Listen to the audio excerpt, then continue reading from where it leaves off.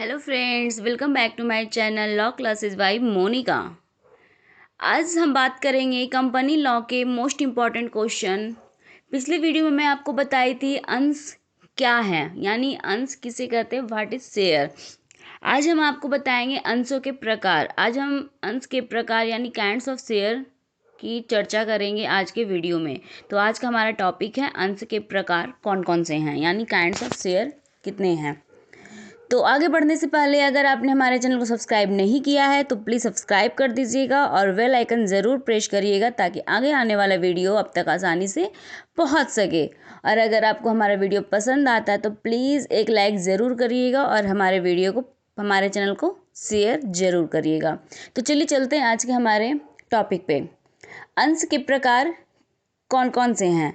हर सार्वजनिक कंपनी जो अंशों के द्वारा सीमित कंपनी है, हर पब्लिक कंपनी जो है जो अंशों के द्वारा यानी शेयर के द्वारा एक लिमिटेड कंपनी कहा जाता है, उसे अंश जारी करने का अधिकार होता है।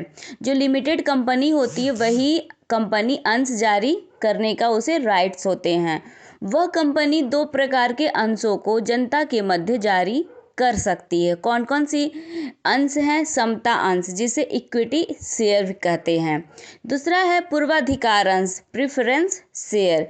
ये दोनों अंश को कंपनी जो है लिमिटेड कंपनी जनता के मध्य इन अंशों को जारी करने का अधिकार होता है।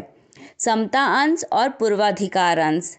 समता अंश से क्या तात्पर्य है? समता अंशों से तात्पर्य उस वर्ग के अंश से है जिनके धारकों को कंपनी की सभा में वोट देने का अधिकार होता है।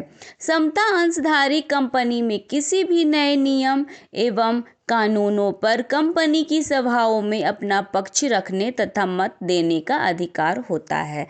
समता अंश क्या होते हैं? जो व्यक्ति, जो पर्सन जो है इन अंशों को धारण करता है, उसे समता अंश धारकों को कंपनी की सभा में वोट देने का क्या होता है? अधिकार होता है। उसे राइट्स होती है कंपनी में वोट देने का। और समता अंशधारी को कंपनी में कोई भी अगर नया नियम बनाया जा रहा है या बने हुए नियम में कोई बदलाव किया जा रहा है, उसके आर्टिकल, एसोसिएशन आर्टिकल या मेमोरेंडम में कोई भी बदलाव या नियम बनाए जा रहे हैं तो वो अपना पक्ष रख सकता है, उसे यह अधिकार है समता अंशधारी को। समता अंशों को जोखिम अंश भी कहा जाता है क्योंकि इसके अंशधारियों को किसी भी प्रकार का पूर्वाधिकार प्राप्त नहीं होता है।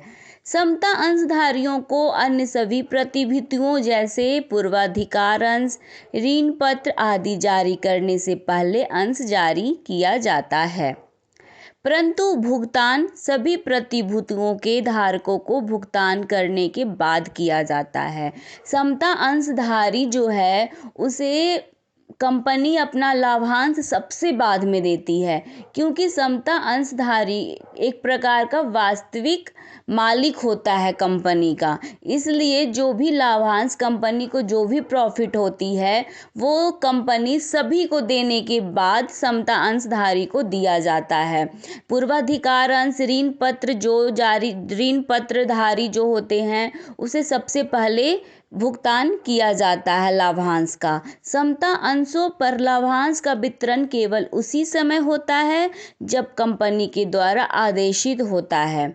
समता अंशधारी को जो लाभांश का वितरण है वो कब होगा? जब बोर्ड ऑफ डायरेक्टर का जो डायरेक्टर होते हैं वो आदेशित करेंगे कि हाँ कितना और किसको दिया जाए लाभांश, तभी लाभांश दिया जाता है समता अंशधारी को।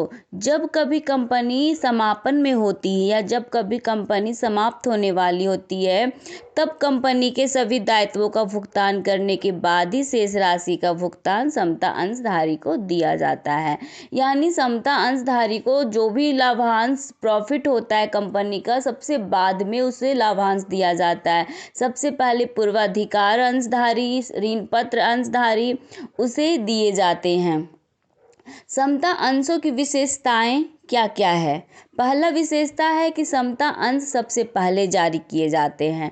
जनता के मध्य समता अंश जो है जो सबसे पहले जारी किए जाते हैं। दूसरा है समता अंशों के लाभांश का जो भुगतान है पूर्वाधिकार अंशधारियों और ऋण पत्रधारियों को भुगतान के बाद किया जाता है। समता अंश जो भी कंपनी लाभांश कमाती है, प्रॉफिट होता है, उसे सबसे बाद में समता अंशधारी को भुगतान किया जाता है। तीसरा है कंपनी के समापन के समय सबसे बाद में भुगतान होता है। चौथा वार्षिक सभा में वोट देने का अधिकार। पांचवा बचे हुए लाभ में हिस्सा मिलने का अधिकार होता है।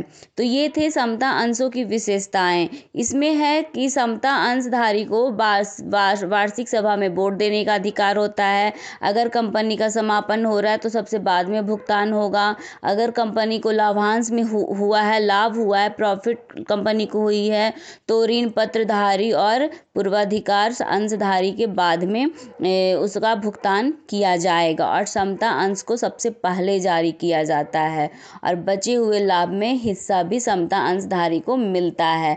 अगर पूर्वाधिकार अंशधारी ऋण पत्रधारी को एक निश्चित लाभांश मिलता है, लेकिन वो सबको देने के बाद अगर कंपनी के पास प्रॉफिट और भी बच रहे हैं, पैसे बच रहे हैं उसके पास अंश देने के लिए, तो बचे हुए लाभ में हिस्सा भी लाभांश जो है वो समता अंशधारी को मिलता है। समता अंशों के लाभ क्या क्या है? पहला है अस्थाई पूंजी, एक अस्थाई पूंजी होती है। दूसरा है आय पर किसी प्रकार का दबाव नहीं होता है। तीसरा है बोर्ड का अधिकार होता है समता अंशधारी के पास। चौथा है कंपनी की शक्ति और विकास का सूचक। पांचवा है असीमित रूप में पूंजी का एकीकरण करना जरूरी होता है। छठा है कंपनी की संपत्ति पर किसी भी प्रकार का दबाव नहीं। सातवां सीमित दायित्व होता है। आठवां है अधिकार अंशों के जारी होने पर स्वीकृति का अधिकार होता है। अगर अधिकार अंश, हम आपको अलग से एक टॉपिक बना देंगे, अधिकार अंश क्या होते हैं, ये भी बहुत इंपॉर्टेंट क्वेश्चन है। उसके जारी होने पर स्वीकृति का अधिकार होता है। एक लिमिटेड लायबिलिटीज़ होती है। कंपनी की संपत्ति पर किसी भी प्रकार का दबाव नहीं होता है। समता अंशधारी को अगर लाभांश नहीं दिया गया तो समता अंशधारी कंपनी की संपत्ति पर दावा नहीं कर सकते हैं कि कंपनी ने मुझे लाभांश नहीं दिया तो कंपनी अपनी संपत्ति को बेचकर मेरा लाभांश दे, ऐसा नहीं कर सकता है। नौमा है लाभांश पर कर नहीं, जो भी लाभांश है उस पर टैक्स नहीं देना पड़ता है समता अंशधारी को। 10वां है अत्यधिक लाभ की स्थिति में अत्यधिक लाभांश, जितना कंपनी लाभ कमाएगी उतना अधिक समता अंशधारी को लाभांश मिलेगा। तो ये थे लाभ। अब है समता अंशों की सीमाएं क्या क्या है, यानी लिमिटेशन क्या क्या है। पहला है नियंत्रण का दुरुपयोग। दूसरा है अत्यधिक लागत। तीसरा है लोचकता। चौथा है अत्यधिक पूंजीकरण हानिकारक होती है। पांचवा है अत्यधिक जोखिम। समता अंशों की जो सीमाएं हैं कि नियंत्रण का दुरुपयोग होता है। समता अंश जो है उसमें नियंत्रण का दुरुपयोग नहीं किया जा सकता है। दूसरा है अत्यधिक लागत होती है। तीसरा है लोचकता होता है कि कंपनी जो भी कमा रही है लाभांश, वो सभी में बराबर जो भी एक निश्चित राशि होती है वो देती है, लेकिन समता अंशधारी को सबसे बाद में भुगतान किया जाता है, इसलिए उनमें लोचकता बनी रहती है। चौथा है अत्यधिक पूंजीकरण हानिकारक होता है। अत्यधिक पूंजी दिए जाते हैं वो क्या होते हैं, हानिकारक होते हैं। पांचवा है अत्यधिक जोखिम। समता अंश की जो सीमाओं में बात करें तो अत्यधिक जोखिम भी होती है। अब है पूर्वाधिकार अंशों से तात्पर्य क्या है। दूसरा हमारा प्रकार था अंश का पूर्वाधिकार अंश।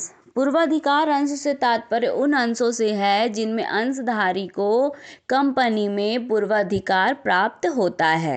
अंशधारी को कंपनी में पूर्वाधिकार प्राप्त होता है। पूर्वाधिकार अंशों पर प्राप्त पूर्वाधिकार 2 स्थितियों में प्राप्त हो सकता है। कब कब? पहला लाभांश वितरण में, दूसरा है कंपनी समापन के समय पूंजी वितरण पर। पूर्वाधिकार अंश को जो है पूर्वाधिकार अंश कब कब प्राप्त होगा, जब लाभांश का वितरण किया जाएगा। दूसरा है जब कंपनी का लिक्विडेशन यानी समापन होगा तब पूंजी का वितरण किया जाएगा। पूर्वाधिकार अंशधारियों को किसी भी प्रकार से कंपनी की सभाओं में वोट देने का अधिकार नहीं होता है। पूर्वाधिकार अंशधारियों को किसी भी प्रकार की राइट्स नहीं होती है। ना ये कंपनी का अगर कोई प्रबंध हो रहा है तो इसे अपना पक्ष रखने का अधिकार होता है, या ना ही इसके पास कंपनी की जो वार्षिक सभा होती है उसमें वोट देने का अधिकार होता है इसके पास। पूर्वाधिकार अंशों से लाभ क्या क्या है? पहला है जोखिम से रक्षा, दूसरा है लवचकता, तीसरा है प्रबंध में किसी भी प्रकार का हस्तक्षेप नहीं करता है ये, चौथा है लाभ पर दबाव नहीं, पांचवा है संपत्ति पर दबाव नहीं, छठा है नियमित लाभांश। जो भी कंपनी को प्रॉफिट होगी उसकी एक निश्चित जो लाभांश होगा वो पूर्वाधिकार अंश को दिया जाएगा। एक निश्चित राशि, एक निश्चित लाभांश दिया जाना नियमित है। पांचवा है संपत्ति पर दबाव नहीं होता है। पूर्वाधिकार अंश में यही लाभ है कि जो भी अंशधारी होते हैं, अगर कंपनी को प्रॉफिट नहीं हुई है और अगर वो लाभांश नहीं दे पा रहा है तो पूर्वाधिकार अंशधारी कंपनी की संपत्ति पर दबाव नहीं डाल सकते हैं कि वो कंपनी की संपत्ति को बेच दे, कंपनी अपनी संपत्ति को बेचकर मेरा लाभांश का भुगतान करे। तो ये पूर्वाधिकार अंश से यही लाभ है कि वो संपत्ति पर दबाव नहीं डालता है और न ही लाभ पर दबाव डालता है कि अगर कंपनी को लाभ नहीं हुई है फिर भी मुझे लाभांश का भुगतान करो। तो ये पूर्वाधिकार अंश का यही लाभ है कि वो लाभ पर भी दबाव नहीं डालता है। पूर्वाधिकार अंश की सीमाएं क्या क्या हैं? पहला तो ये बहुत महंगा होते हैं, ठीक है, महंगा है ये। कानूनी अड़चनें बहुत सारी हैं इसमें। अस्थाई बोझ, चौथा है वोट का अधिकार नहीं होता है, पांचवा है पूंजी अधिमूल्यन नहीं होता, छठा है लाभांश पर अस्थायी रूप से गारंटी नहीं है। मतलब जो भी लाभांश पे उस जरूरी नहीं है ना कि हर बार कंपनी को लाभ प्राप्त ही हो, तो उसकी कोई गारंटी नहीं है स्थायी रूप से कि कितना लाभ होगा, कभी कम भी होगा कभी ज़्यादा भी होगा। तो लाभांश पर अस्थायी रूप से कोई गारंटी नहीं है।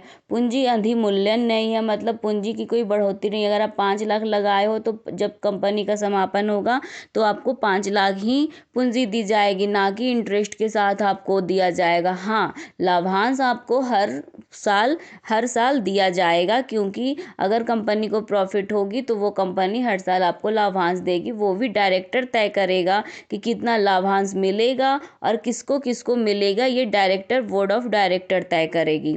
तो ये थे हमारे पूर्वाधिकार अंश की कुछ सीमाएं। आई होप आपको टॉपिक समझ में आ गए होंगे। अगर आपको हमारा वीडियो पसंद आया है तो प्लीज़ एक लाइक करिएगा, हमारे चैनल को सब्सक्राइब करिएगा और बेल आइकन ज़रूर प्रेस करिएगा। Thanks for watching my video.